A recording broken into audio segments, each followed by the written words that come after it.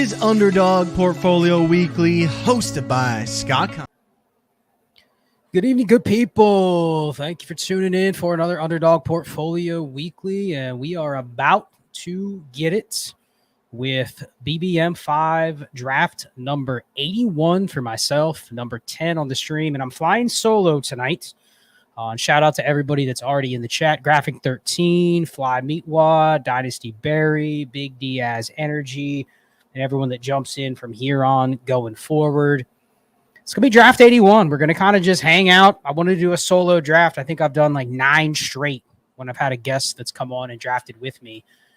We're at the halfway point of my underdog experience this year. I still have 70 of these left to go. This will be number 81 to the max entering of BBM5. So we're about to get started. I'm picking in the 10 spots, and we are going to be using the Spike Week tool. So I'm not going to show the board tonight. I am just going to draft a correlated, hopefully different draft than what I have, which is tough when you've already done 80 of them. Kind of going to focus on some ADP value tonight as things are about to change a ton going forward with preseason games kicking off tomorrow. And maybe focus on some different correlation. As you can see over here with Spike Week, I really haven't showed this, but after having Eric Beimfor on the draft show last week, wanted to highlight his tool, spikeweek.com. You can use this. It's a overlay that will give you correlation and a lot of other things that I'll try to show on the stream tonight. But here, what I have highlighted over here with the player tab, and actually it is covered up, so I am going to move myself here in just a second so everybody can see it. But it highlights all of the correlation by weeks. I have week 16, week 17 already in there, along with my ownership percentage in BBM. So give me a second. I will move myself to the center after I make my first couple picks. Picking in the 10 spot, this is a not very desirable spot for me. Pretty much it's Puka Nacua, Garrett Wilson, A.J. Brown every single time. You never get 2 of them, so I am going to roll with the lowest of the 3. Well, I can't get AJ because he just went, so I will go Puka. And then we will see what comes up next. Probably Marvin Harrison is the dream pick. 29% of my Marvin Harrison, as you will be able to see in a second when I move, is with Puka. So wouldn't mind doing another one of those, but it's going to be tough for him to fall. 3 more picks for me at the 203. If not, we will probably pivot and just go with another receiver. So Garrett Wilson goes 111. And I'm not going to show the board again. I'm going to focus on my team build.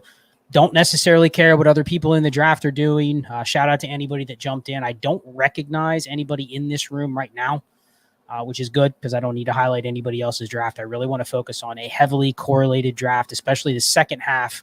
I've had to diversify, but also correlate, especially when we get back to the last 4 or 5 picks. There's going to be a lot that changes over the next couple weeks in terms of what types of picks you want to make there. We talked about it a little bit last week with Eric, but I want to expand on it a little bit more tonight. So Gibbs goes 112.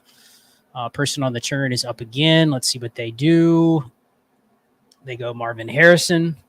So I am up in 1, and I am probably going to take either Nico Collins or Deebo Samuel, since I have the lowest rostership of them. Next pick is Nico Collins, and so I am going to I don't mind going Drake London. I didn't think he would be there. You know what? I'm going to stick with Drake London. So we started out Puka, Drake London, very boring. I've already done that with 30% of the teams that I have Puka Nacua, I have Drake London. So let me get myself moved here real quick so that everybody does not have to stare at me. There we go. All right. Should be good now. You should be able to see the player pool. And as you can already see over here, the percentages right here are my rostership percentage in Bestball Mania 5. And then this is my rostership percentage with this specific player with my first or second round pick. And then right here is my rostership with both. So as you can see, for instance, we'll go down here to Devon A-Chain. So I have 10% Devon A-Chain, but I have 0 Devon A-Chain. And of course, he just went as I'm trying to highlight him. Let's go down to Devontae Smith because you can see this one. So Devontae Smith right here, 14% Devontae Smith, but I have 14% of my teams with Puka Nacua also have Devontae Smith, and 18% of the teams I have Drake London have Devontae Smith. No combinations of all three yet. So that might be one. Big D has energy says, you said you would go Debo. Why the audible? I didn't think Drake London would be there. I like the outs with Drake London. I don't have enough Jaden Daniels. And that is one that I can take with Drake London. So that was something in the back of my mind. I pivoted at the last moment just because I didn't think London would be there. Usually he goes at the 201, 202. He was there, so I pivoted. And I think I can build out with those teams a little bit easier than had I gone Debo. And I have a ton of teams that already have San Francisco and Detroit, so it would have been slightly different if I would have been able to build out the Rams plus San Fran and Detroit. But in this case, I just pivoted and went London. So as you can see, correlation right here, the players in yellow are players that I already have correlated in my lineup. So as you'll see down here, if I scroll down, you will see Puka, Drake London. Now, right here, I do not have any correlation with either their Week 16 or Week 17 games. So they're in red. Yellow, Kyron Williams right here. That means there is some sort of correlation. Yellow just means correlation. And you can color code these if you use Spike Week. You can make them whatever color you want. I've chosen yellow as correlation. So anything that correlates, even if it's on the same team, there's correlation. So it'll highlight them in yellow. Then if you scroll down a little bit further until you get to some more correlation, right there, you will see Terry McLaurin in yellow correlates in Week 17 with Atlanta. Same thing here with Trey McBride, Week 17 with the Rams. So it's kind of really a way to constantly make sure you don't miss any correlation on the board. There's no obvious correlation for me right here. So I'm going to be looking at maybe someone that's a little bit different. Like Sam Laporta would have been perfect had I gone Debo Samuel. And I'm up in one. Different combinations. 0 Michael Pittman with Puka Nacua. 0 Derrick Henry with Puka Nacua. I have both of those a little bit with Drake London. No Sam Laporta at all with either of these two players. And Michael Pittman goes. So let me scroll down a little bit and see if there's anything else that's unique. Not really. Derrick Henry would be a little bit unique. I really don't want to go running back this early. Pickens and Flowers. You know what? I am going to go rogue here. And I am going to go Sam Laporta. Which is interesting because I could have gone Debo and then gone Sam Laporta and there would have been natural correlation there. But I have 0 Laporta with either of these first 2 round picks. So we're starting with a completely fresh team here. After I get past the first 3 rounds, I'm okay kind of doubling, tripling up from here. But I have 0 combinations of this team. So let's see how we can build it out from here. I see Kevin with Fantasy Sanctuary the other day. Kev, what's up, man? Thank you for tuning in. Appreciate it, man. And anybody that wants to be part of the community, after this, I'm heading back over to our Discord, patreon.com/ALLGAS. Ray and I are going over a very unique league that we have created. We're going to do a Q&A on the rules because there's a bunch of people that want to know how to play it, all of that kind of stuff. So we're heading over there after this draft. So if you're in the Discord and in Heisman, jump in the Heisman chat where we're going to be talking about that league. So I'm up in 2. There's no real obvious correlation with any of my 3 picks. I can scroll down a little bit. Trey McBride, but I already have Laporta. So I'm probably just going to go with another player with low rostership with these percentages. I could go Isaiah Pacheco. I have very little Isaiah Pacheco. I could scroll down, take a receiver. I have 0 Christian Kirk. I am going to, you know what? I am going to build out a little bit of a Christian Kirk team. So we're going to go Christian Kirk. Again, very unique. And I'm doing this on purpose. 0 Christian Kirk with Puka Nacua. So through 4 rounds, people are probably panicking, saying, I don't have any correlation on this team yet. And that's okay. I've built a ton of teams over the last month. And I actually did one last week with Eric on the stream. Anybody that watched the stream last week, I built out a team that had at least correlation on 6 different games in week 17. And 5 of those 6 games I had 3 pieces with. Now that's nice, except for the one thing I've been thinking about a lot is with everybody trying to correlate and hit unique teams, first of all, only a couple of those games are probably going to be the combinations to get me to the finals if that team gets there. Like, obviously, a piece or two of those games are probably what got me to the finals. So it's nice to have those pockets of correlation. So you're having to have a trade-off of, if I have 6 different games correlated in week 17, you can't expect that all 6 of them are going to be really, really strong correlative plays, right? A couple of them are going to be duds. But let's say 3 of those games are the games everybody wants to have pieces of. The fear is when you have too many games like that, and anybody in the chat can chime in on this because I've been thinking about this a lot because I've built a ton of these teams, and I'll show you here with this tool. So if you go here to game stacks by week, it will tell you how many game stacks you have per week. Right now, I'm at 0 for week 16 or week 17 because I don't have any correlation.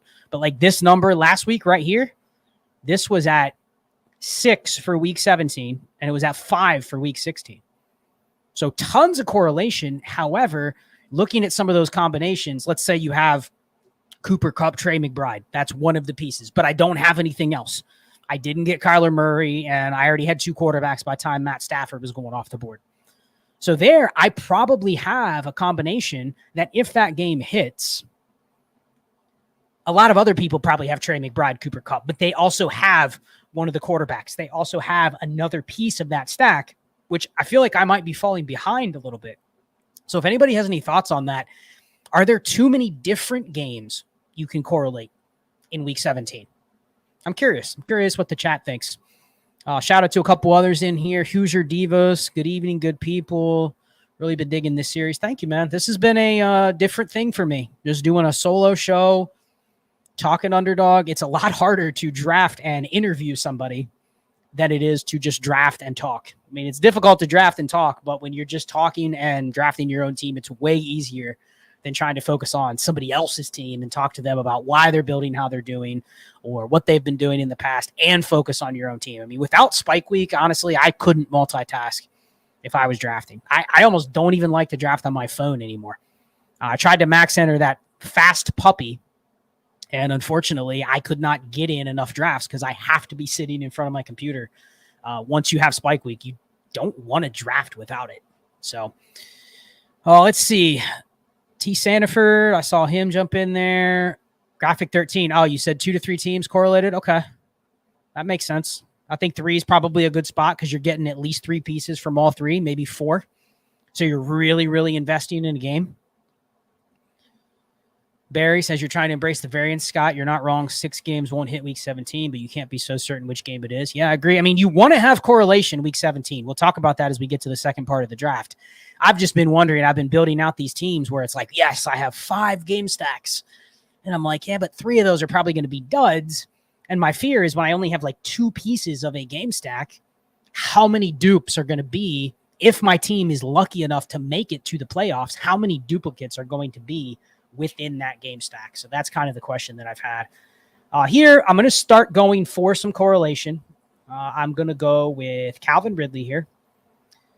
Calvin Ridley obviously correlates with Christian Kirk. So that was part of the plan, was I know there's 4 Titans I can get after taking Christian Kirk, along with Brian Thomas, along with Evan Ingram, along with both quarterbacks. So that's an easy one to kind of build out if you're not sure what you're doing after 3 rounds.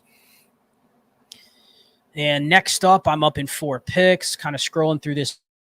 It's sweet because it'll automatically update everything you have going. George Kittle in play. Probably not, since I already have Sam Laporta. Would be interesting. I've seen some people out there touting the 2 high-end tight ends. I don't know if that means 2 in the top 6 rounds. I think that's a little bit overkill. I mean, once you take one in the top 3, 4, 5 rounds, you're pretty much punting the second one until the mid rounds, and you're only taking 2. So Kittle, unfortunately, even though he correlates, he's probably out. Kyle Pitts, I could go with Kyle Pitts if I'm really in on Atlanta, kind of doubling down. That would be, again, the same kind of thing with Kittle. I kind of limited myself by taking Laporta, but maybe it kept me the discipline from taking more Kyle Pitts. I have a ton of Kyle Pitts here. As you can see, 27% Kyle Pitts with Drake London. So I kind of want to have some teams where I don't have London and Pitts together. Because then when you start getting down to some of the other Commander players, you'll see where a lot of them are always correlated with London or Pitts. So I don't really want to build a ton of teams where I have all three of those combinations. So we're going to roll down. I'm going to continue to punt running back, and I'm going to lean into it. I am going to go with DeAndre Hopkins. Double down on the Jacksonville correlation, which probably takes me out of the running for one of the Titans running backs, which you'll see in a second why that's probably a good thing, because I have more Tajay Spears than probably I need thus far in BBM. So I'm backing off Spears, and I'm probably not going to want to take Pollard where he goes. So we'll just kind of continue to build out that passing game. I should be able to get Will Levis pretty far past his ADP now. But that's something that I've heard a lot of other shows talking about too, is as you get some more casual drafters in these tournaments, like for instance, Will Levis should not fall, or should fall to me about as far as I want him to fall. He should be falling,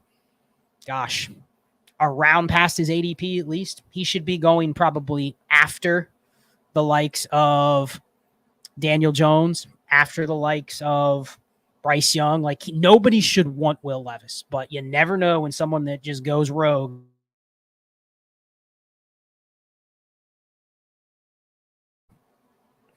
See, what do we got here from Big Diaz Energy? Shouldn't you be able to take advantage of those correlation games by drafting the counterintuitive bets like the backups in those same games, like the backup QB, fifth string wide receiver, tight end 4 on said team? Yeah, I mean, there's a threshold, though, because you only want to go so deep in these drafts. So you're probably not doing a ton of teams that have backup QB builds. I know that's something we talked about earlier in the year with the custodial QBs, where you go 3 QBs when you have one elite one, something like that. You're probably not taking a 5th receiver on a team unless you think it's just completely ambiguous between wide receiver 4 and 5 potentially. So that would be the only circumstance where you'd go that deep. And then the tight end, it has to be a completely ambiguous situation, like maybe the Colts or the Giants would be the only one where you would go completely rogue, the Panthers. And I'm probably not fishing in those waters anyway. So it's a good question, but you just don't go deep enough here with only 18 rounds to really differentiate that way, because I don't want to draft zeros. I don't want to draft zeros just for the sake of correlating when I'm taking that much risk, but I appreciate the question. Then you say, are you trying to thread a needle? But I don't know. You made it to week 17. You have so many duplicates. A random kick return specialist could be the difference. Yeah. We'll see. I mean, we'll try to differentiate a little bit when we get to the end. So we are up in 6 picks. Evan Ingram is there. Still probably a little too early to second tight end, but he's there. And he just went. So there goes that idea. Probably got to start looking running back soon. James Conner, I would love to get some James Conner. That's probably going to be my target. I just hate saying that out loud, given that people are in here potentially watching. But yeah, probably James Conner, because I do not have a lot of James Conner, only 6% James Conner, 14% James Conner with Puka, though. So that's okay. That's not too much exposure there. And I don't know if anybody's been following, but there's been a lot of buzz for both Amari DiMercato and Michael Carter. So I'm definitely not in the Trey Benson business at his current price. So that's probably one that, if you don't take James Conner, there's not a lot of correlation left with this team, with the Cardinals, unless you're going the real late receivers like Michael Wilson, Greg Dortch, etc. And there goes Jordan Addison. So yeah, it's kind of a flat zone here. I'm going to go James Conner just to lock him up. And then that should give me the correlation with the Rams. So I have that built in. So as you can see over here, sorry if the screen share is getting a little laggy here. At least it is on my end. But as you can see right here, James Conner, Puka Nacua are now highlighted. Yeah, Hoosier says DiMercato got buzz last year. Yeah, I don't even think DiMercato is anything more than he's going to make the team. The fear is they're probably going to make 4 running backs on the roster and the end 53-man roster. Probably only 3 active game day, but Michael Carter and DiMercato were both efficient last year. I think they're probably just annoying enough to make it to where I'm not paying RB30 prices for Trey Benson at this point. So 2 options away. Kyler. I was just going to say, I was going to consider going Kyler Murray there, but this Guy Fleegman on the end just had to take his second quarterback. So that one is out. Scrolling down, there's Tony Pollard sitting there. I could go for some week 16 correlation as well. I don't have a lot of Jonathan Brooks. I do not have hardly any Ramondre Stevenson. So let's see who goes here. And it is CJ Stroud. So I am going to build it out. I am going to go with Ramondre Stevenson. I don't have enough Ramondre. There's options with the Chargers later. With Justin Herbert, with all of the Chargers receivers that are still on the board, with J.K. Dobbins, with Gus Edwards. Even if I want to go real gross with Will Dissly, Quentin Johnston, DJ Chark, like there's a ton of options, and it brings another quarterback in play there, and I don't have to worry about taking a lot of the Patriots late, which I already have a ton of Demario Douglas, Jalen Polk, Javon Baker. I think I'm over like 12% on all of those guys. So I don't need to have to get those Patriots receivers if I start building out a little bit of a Chargers Patriots stack as well. So let me just recap through, what are we through? 8 rounds. I'm looking at a 0-2-5-1 build with Connor, Ramondre Stevenson, and then 5 receivers, Puka, Drake London, Christian Kirk, Calvin Ridley, DeAndre Hopkins, and then Sam Laporta. And the San Francisco correlation is going to be interesting. That is probably one where I am going to star Brock Purdy. Now, I'm not going to target Brock Purdy per se, only because I don't necessarily want to just get Brock Purdy for the correlation, but I'm going to keep an eye on Brock Purdy as we get down here. If he falls close to a round past his ADP, which is unlikely, given that there's going to be an Ayuk and a Deebo Samuel and a George Kittle manager out there that's probably wanting to get Brock Purdy. If he falls past his ADP, and he just falls into my lap. Notice the couple teams around me already took quarterbacks. So I may be in a position where he's sitting there and I can push him another 3 or 4 picks for that reason. So that's when I would take Brock Purdy. I can always throw on Ricky Pearsall or Jawan Jennings or someone like that later, just as a really, really cheap kind of stack with my Sam Laporta. And I can just leave it at that. Purdy, Laporta, Jennings, something like that. Like a lot of people have Purdy and Laporta, but they may not have those 3, and that could differentiate myself in that game. And that's not a game where I'm planning on really building a big stack here because it's difficult. All the Niners are pretty much off the board already. So let's see. Let's start getting prepped for this next pick. We have 6 picks until me. And Tony Pollard is still sitting there. Tajay Spears is still there. As you can see, 16% Tony Pollard. 50% Tony Pollard.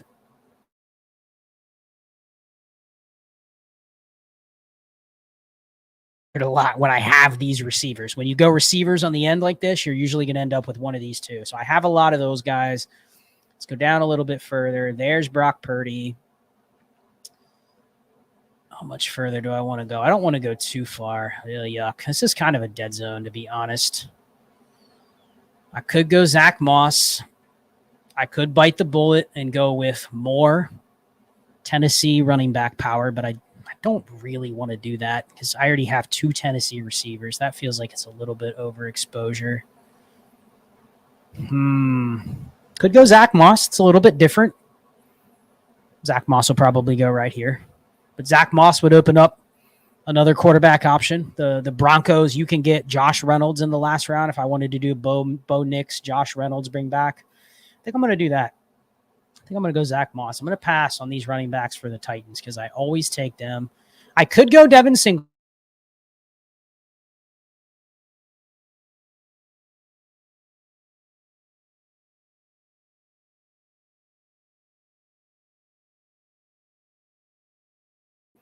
With later on is to say, like, I have to correlate all of my running backs. If I'm taking a guy like Moss as my RB3 and Ty Chandler, someone like that as my RB4, I don't have to go get correlation with those guys necessarily. But if it's there, it falls into my lap, fine. But otherwise, I'm not rushing it. So let's see. Wide receivers. We're really kind of getting at it at receiver. Purdy is tempting. Gus Edwards is sitting there. Trevor Lawrence is sitting there. It's hard to take Brock Purdy over a guy like Dak Prescott who's continuing to fall. See, this is where if I really wanted to go rogue, this guy's not going to take a quarterback. So I know I'm going to probably have a shot at taking Jacoby Myers. Yeah. Man, I was going to say, I almost had to take freaking Tony Pollard there if he didn't get drafted. So I'm going to reach. No. You know what? I'm going to do it because I don't have any teams that are going to be built this way. So I am going to do it. I am going to take Brock Purdy over Dak. Could have gone Dak. I just don't need to build out any Dak teams right at this moment. Go with Purdy. I'm a little bit underexposed on Purdy, so we'll roll with that. Now we have Purdy and Laporta, which means I'm out on Goff. If you remember last week, I built a Goff Purdy team because I didn't know who else to pick, basically, and I ended up with Goff falling into my lap, and I don't want to do that again. So my QB2, it's either going to be Justin Herbert or it's going to be a wait. We're going to get Will Levis. I'll keep an eye on T-Law. He's probably not going to fall till I come back. Yep, there he goes right there. So T-Law is out, which is okay. I already have 3 pieces of the Tennessee-Jacksonville game, so I'm fine with that. Let's get a couple of these questions in here. Hoosier, are we buying Chase Brown as the RB1 role? Yes, Chase Brown's my highest rostered running back, so I'm definitely in on Chase Brown. Part of the reason why I took Moss, because I have way more Chase Brown. I think I'm like 20-some% on Chase Brown, and he's going to rise. And Zach Moss is probably going to fall a little bit, if not stay where he is. So, yes, I buy Chase Brown being the RB1 role. But like Pollard and Spears, like Warren and Harris, like Brown and Moss, they're 60-40, 55-45. I don't care. The fact that there's not a third guy there is all I really care about. I would say you probably want to have pretty close exposure on both unless you just have extreme conviction. If anybody in here has extreme conviction on any of those 3 backfields, then fine, but I don't. Ivan, thoughts on Jaden Reed and 2 wide receiver set data? Is he a bad pick? I've heard that he came off the field more than you would want to see. I don't think so. I think that's probably a last year thing. He was their best receiver last year. If you go to the Destination Devy Trinity tracker, he was still the best receiver last year. Now, all the Green Bay receivers were pretty jumped up or bunched together, but I don't think that means, they're just going to take Jaden Reed off the field and he's only going to play 55% of the snaps. There's got to be something to give. It's just probably not going to be Reed's role per se. He just may not play 95%. Maybe it's at 75%, 80%. And that's okay. But if you want to say I don't want to draft him at our wide receiver 30, then fine. But I wouldn't avoid him, right? Especially because you can build out Minnesota and Green Bay stacks very easily. Ryan, on Yoshivas late. Yes, I've been on Yoshivas late for a while. That's one I think I touted Yoshivas like 6 weeks ago before he started to get any buzz, obviously, because camp hadn't started yet. But he's a great pick.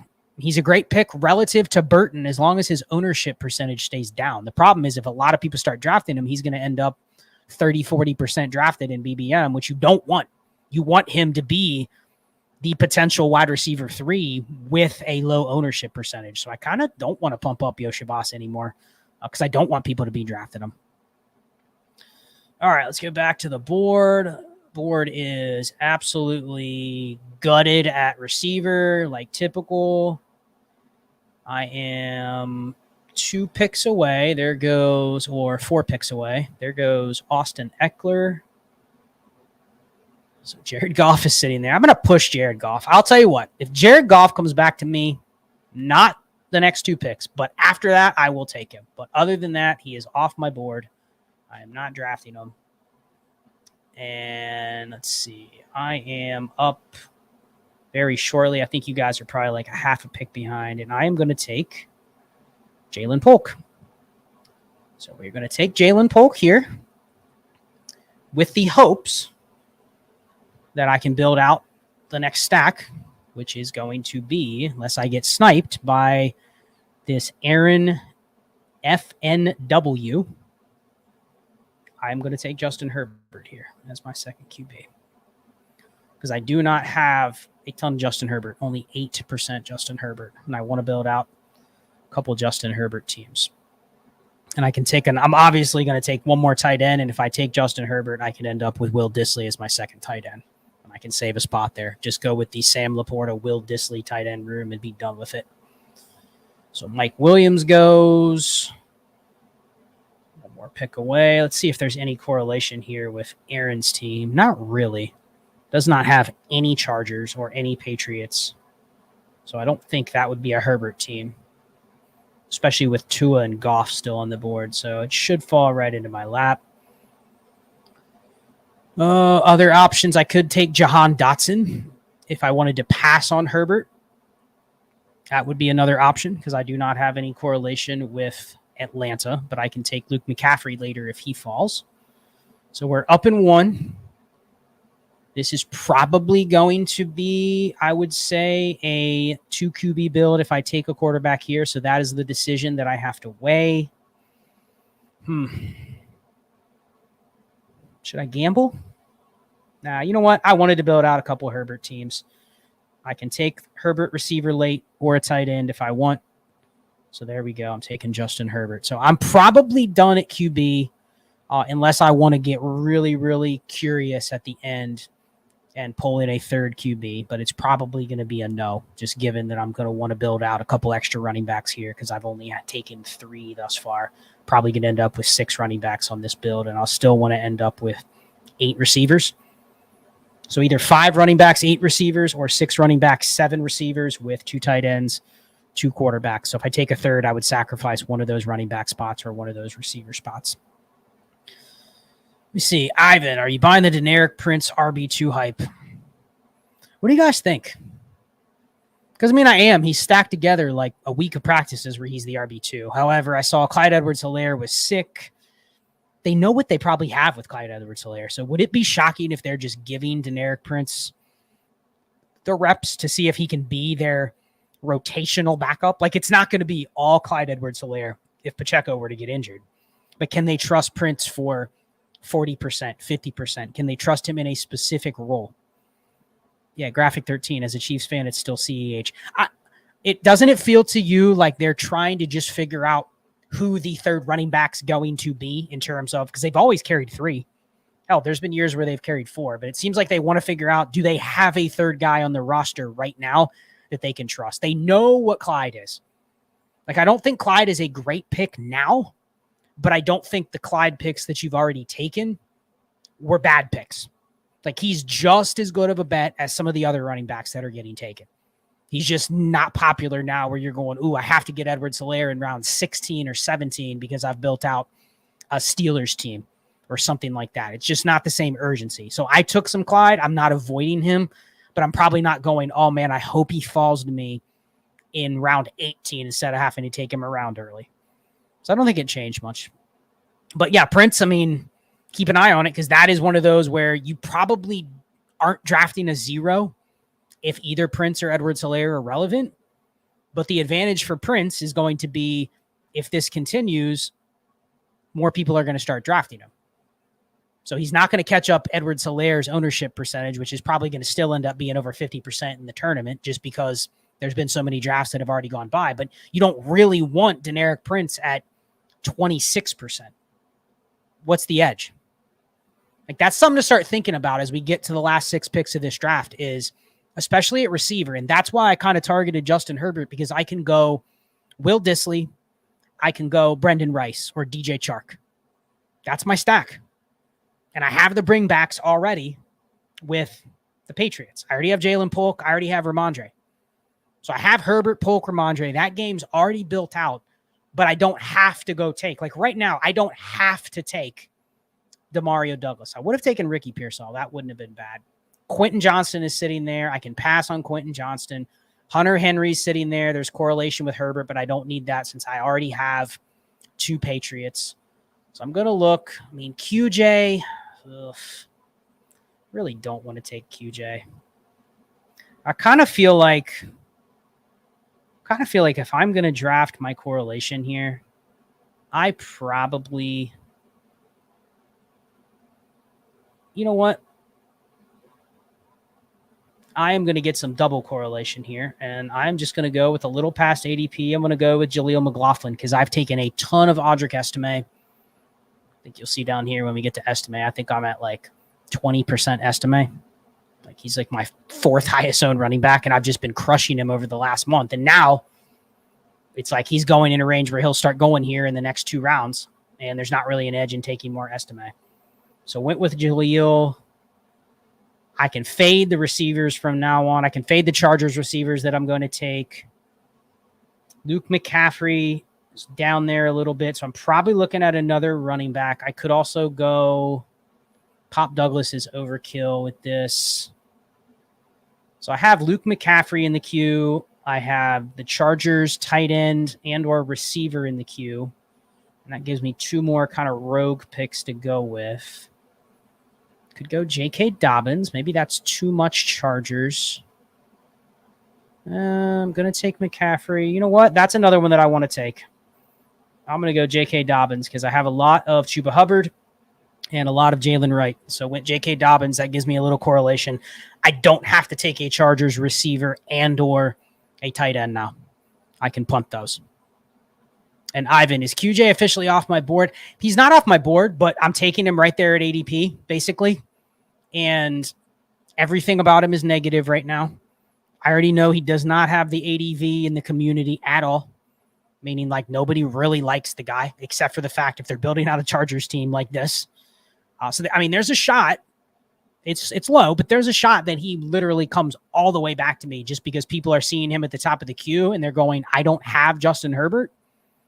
I'm not going to take him. Now, if you get an auto drafter in here, then clearly he'll go sometime before I pick next.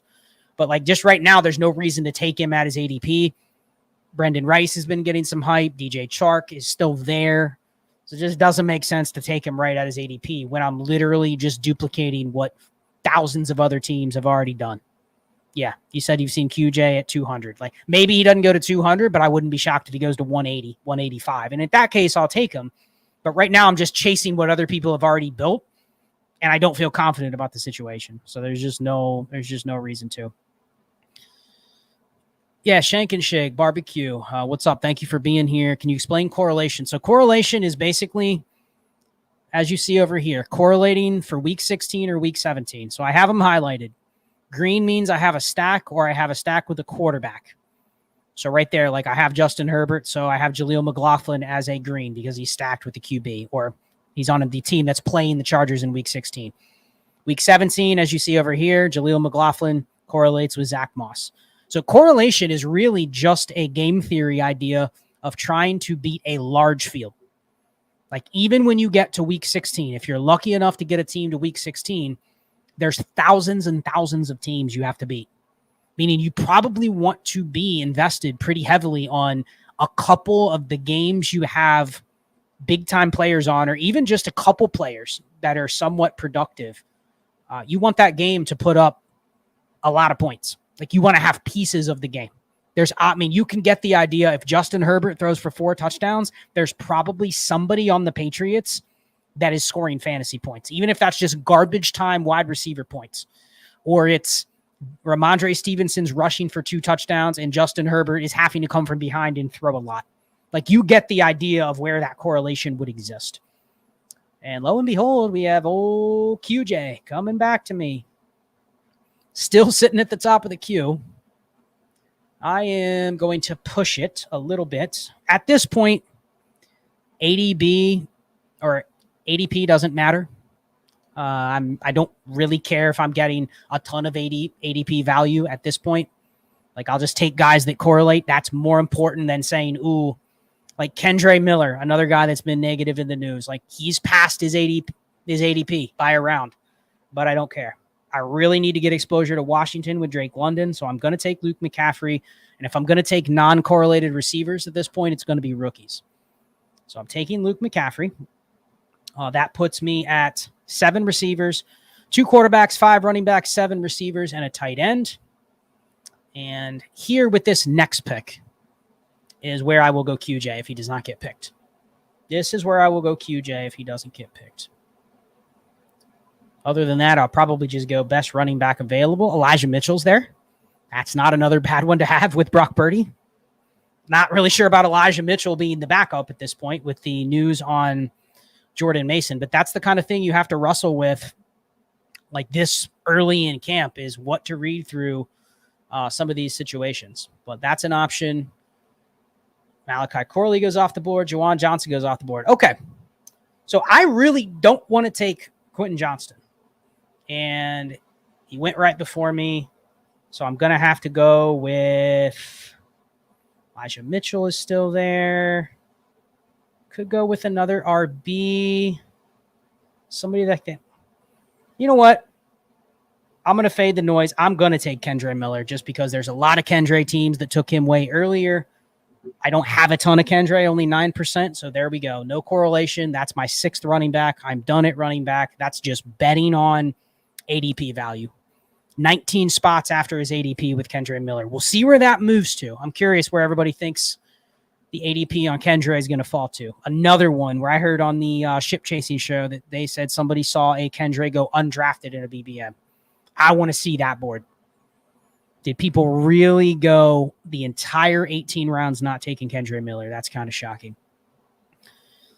Hoosiers, what is the Mason news? I'll just word that Jordan Mason was working as the RB2. Garendo was injured. Also, everyone saw Garendo got injured, so that pretty much takes Garendo off the boards of drafting him at all. Also, unless you see positive things on Garendo, I will not draft him. I didn't draft a ton of him anyway, but that was one of those where had he gotten some positive buzz, you could have easily seen him starting to jump Elijah Mitchell because he was getting drafted in spurts earlier, but not now.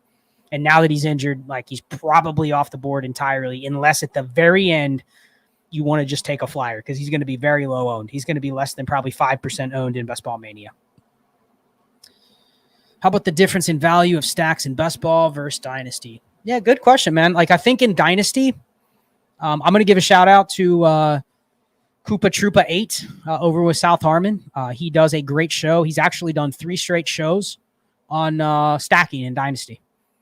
Like literally breaking it down from a theory perspective in Dynasty. It's a lot of data. I would recommend listening to those shows back to back to back and probably doing them not in 3.7 speed like I do on podcasts. That's the only way I can get through 50 hours of podcasts in a day or close to it, depending on how many hours in a day I have. Sometimes I listen to pods for like 12, 13 hours a day. So I can get through literally that many in a day if I just listen to it back to back to back. But I didn't absorb a ton of them when I'm listening that fast. So I would literally listen to them. It's the Grinding the Edge show on South Harmon's feed where he talks about stacking in Dynasty. And it's interesting. I think the way I would play it is obviously Dynasty you can trade. Dynasty, there are transactions that people can make, and rosters are usually way deeper here. So stacking, it has to be within the roster construction threshold, meaning like in a start 11, I probably don't want to be stacking outside of the threshold, but I think right on the fringes, like I'll give an example. If you have Khalil Shakir in a start 10 or a start 11, he's probably outside the fringe or the range where he's a fringe flex player. So if you're going to roster him, because he's probably valued somewhere around like a second round pick, Curtis Samuel's the same thing. If you're going to have them, you probably want to have them on teams with Josh Allen, and you want to probably give yourself a chance to have them in your lineup more often than not. I'm not saying start Khalil Shakir every single game for all 16, 17 weeks or whatever's in your season.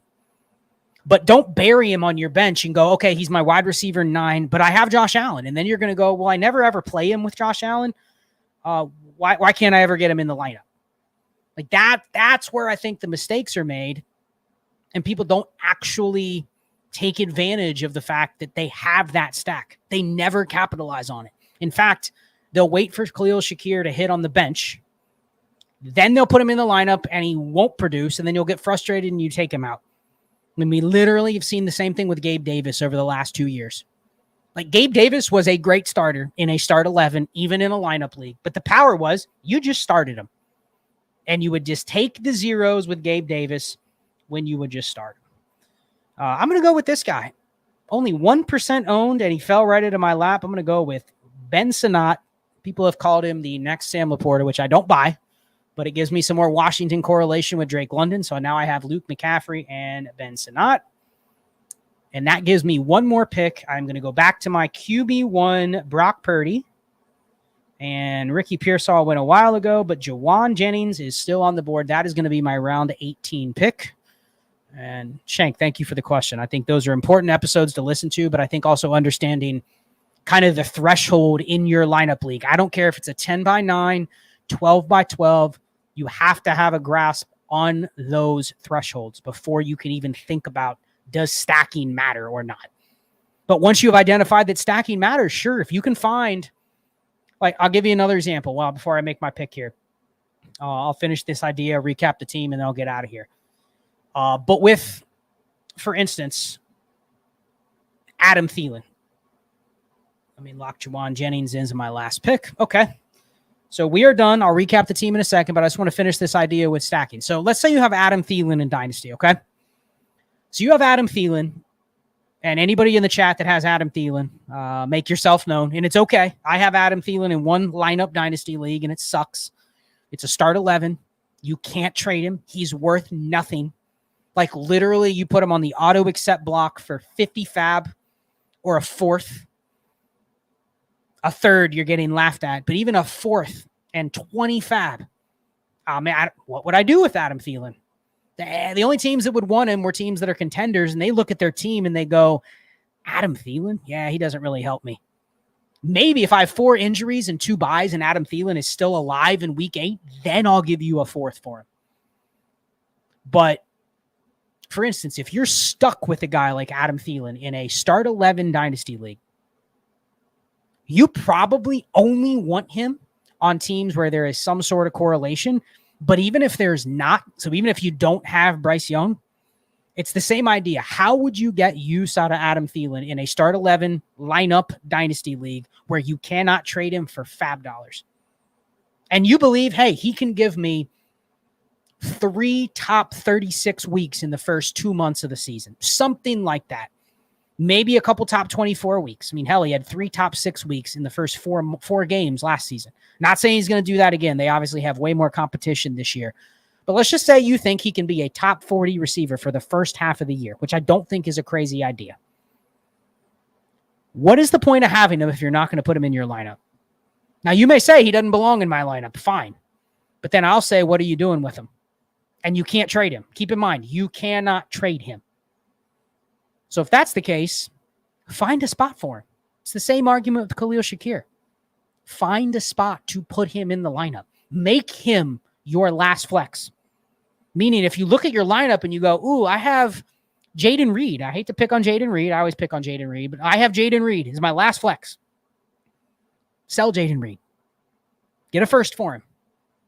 Any receiver that's kind of in that range where you're like, yeah, he's probably worth a first, take the first. And slide the Khalil Shakir with Josh Allen, or slide the Adam Thielen with Bryce Young, or even the unstacked Adam Thielen into that last flex spot with the plan that you're going to have to fix that spot at some point. But don't leave Adam Thielen on your bench and go, well, I never played him. Like, you're literally just leaving money behind. And it's money that you can't get another currency for. You can't trade him. You've tried. You've tried putting him on the trade block and you can't trade him. So anyway, let me go back to full screen here before we get out of here. So yeah, let me recap this team. Thanks to everybody that jumped in here and asked questions. Let me take one more from Shank because you put this in here. 12-team start 11 Superflex with Murray, Marv, Michael Wilson, Hurts, and Brown. Love Watson, Dobbs.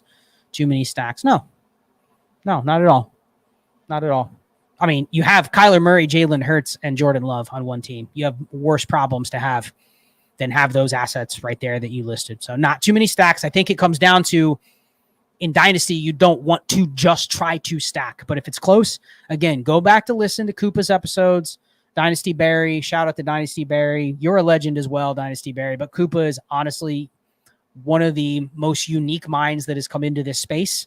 And I'll shout out people that have game and they have great ideas. He's an awesome dude, super genuine, and able to articulate. A lot of people that have his technical skill can't articulate it on a show. And he's getting better at doing that with his podcast. So it's awesome that he's launched a solo show that allows him just to talk through the data that he's grinding the edge, fitting title. But he's able to talk through it and actually resonate with the Dynasty player. It's not just somebody reading data that doesn't know how to present it. So yeah, listen to those shows on the South Harmon feed and listen to those on Stacking in Dynasty. He brings up some really good points in there. Let me recap this team for everybody before we end it. So this is a 2-6-8-2 build with correlation pretty much with every pick. Brock Purdy and Justin Herbert. With the Brock Purdy stack, I ended up getting Sam Laporta as one of my tight ends, and then Juwan Jennings. So I have 3 pieces of the Detroit-San Francisco game with a unique Purdy, Laporta, Jennings. Now, a lot of people may have Purdy, Ayuk, Laporta, but I have a different receiver, so I'm okay with that. I didn't go all in with that stack to where I have like 5 pieces. So I have, I think, probably a unique trio here compared to what other people will have. Second QB was Justin Herbert. I did go Ramondre Stevenson early, knowing I wanted to build a Herbert team. Got Ramondre 6 picks after his ADP. Then was able to get Justin Herbert. I took Jalen Polk later. And I did not do any stacking with Justin Herbert, which is okay. It's okay. I don't have a stack with Justin Herbert. That's okay. I also took J.K. Dobbins. So it'll be interesting to see what the backfield looks like. But I have 4 pieces of that game. So 4 pieces of Chargers, Patriots, Herbert, Dobbins. We have Jalen Polk and Ramondre Stevenson. James Conner. Wanted to get James Conner in this draft. I don't have a lot of James Conner and ended up getting James Conner with Puka Nacua, who was my first-round pick. So hopefully James Conner can make it to Week 17. But a good pick is at his ADP is my RB1. Didn't take him until the third to last pick of round 7. So took James Conner basically right at his ADP. He's my RB1. Zach Moss, Jaleel McLaughlin, low exposure on both relative to Estime and Chase Brown. They do correlate in Week 17. Again, I don't really care about running backs correlating with each other that late. Like if I have a rogue running back like Zach Moss, I don't really care if I have a Bronco. But if I do, sure. And I ended up getting McLaughlin. Kendre Miller, I believe, is the only unstacked player. Got Kendre Miller, 18 picks past his ADP. We'll see if that ADP actually holds. It probably ends up somewhere in this 170s. So it's going to be closer to where I took him. But he was my RB6. So a running back room of Connor, Stevenson, Moss, McLaughlin, Dobbins, and Kendre Miller. Receivers. Went with 8 receivers. Puka Nacua, Drake London. Got some exposure with Drake London along with Luke McCaffrey and Ben Sinnott. So triple stack, Atlanta, Washington. Again, no quarterbacks in that game, which is fine. Christian Kirk. Took Christian Kirk as my wide receiver 3. Also took Calvin Ridley and DeAndre Hopkins. So the top 3 receivers in that game for Week 17. No stack, no Trevor Lawrence, no Will Levis. Will Levis is my highest rostered QB, so I didn't have to get Will Levis on this team, even though I had Hopkins and Ridley. In fact, I didn't even look to see where Will Levis went. Since I took Herbert, he was pretty much off the board. Already named everybody else, so it's a 2-6-8-2 build. Some focus on getting some different stacks, correlating almost every pick except for Kendre Miller. And we live to see another day. That was draft 81 for me in Bestball Mania, 69 to go. And that was 10.0 for Dynasty Portfolio Weekly. We are going to have at least one more live draft. Probably going to want to get Ray on here to do one just to kind of close out the drafting season. Most of my BBMs going forward are going to be live. And I'm going to try to do it at rogue times. So I'm going to be waking up 4 or 5 in the morning to try to hit a live just so I can draft against people that I have not drafted against. People that probably are not in any of my other drafts. I'm going to try to do some late at night too. I tried to get one the other night, like at 2 a.m. Eastern, just to see if I could get it to fill. I had to wait a little bit for it to fill, but it did fill. And then everything else is going to try to be live using Spike Week. Again, shout out to spikeweek.com. That's what I used for the overlay here. It's a lifesaver. If I didn't have that, it would be very hard to really see in real time how to build these teams in lives. In slows, you can sit back and look and watch and kind of study the board, put players in the queue, etc. But when you're doing lives, having this tool like the Spike Week tool is, I mean, it's a godsend because it literally will highlight the correlation, tell you the buys, tell you your exposure, tell you where you're correlated with other players. Like it's a awesome tool if you're planning on going all in with Underdog. And if you haven't signed up, promo code ALLGAS, get up to $250 in bonus cash if you sign up using the promo code. It's not too late. I believe they're going to launch probably another puppy, a fast puppy. There's the slow puppy that's about to fill here, but if you're interested in doing that and building a little portfolio, that's $5. You can max enter a fast puppy or a slow puppy, which is kind of like a mini BBM5, and you can do it for $750. I know $750 is like a lot of money to some people. That's fine. But if you really want to play portfolio, I would recommend trying it. Like if you're not sure you want to do Underdog next year to this degree, do like 25, do like 50 of them. and sign up for Spike Week for a month. Sign up for Spike Week for August.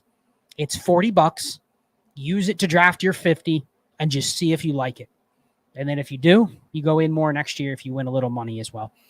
So appreciate everybody tuning in. I'm going to head over to the DD Discord where we are going to talk about the new league that we created. I forgot to give a shout out earlier. Shout out to Jeremy with Dynasty Daddy joining the DD team. I am super excited for some of the tools we're going to be able to build over there. Dynasty Daddy is an awesome website, and now that he's partnered with DD exclusively to make tools for DD, I'm excited to see what we have down the road with this stuff, with War, with Trinity, all that kind of stuff. So super excited. Welcome, Jeremy. If you see him around in the Discord, welcome, Jeremy, to the DD team. And with that, I'm going to sign off. Thank you, everybody that jumped in tonight. It was awesome. Some questions about Dynasty, some questions about Underdog. That's what I'm here for. So thank you for going along this journey with me as I try to develop my skills hosting a solo show with Underdog that I've never done before this year. So thank you. I will sign off. Until next week, be chill.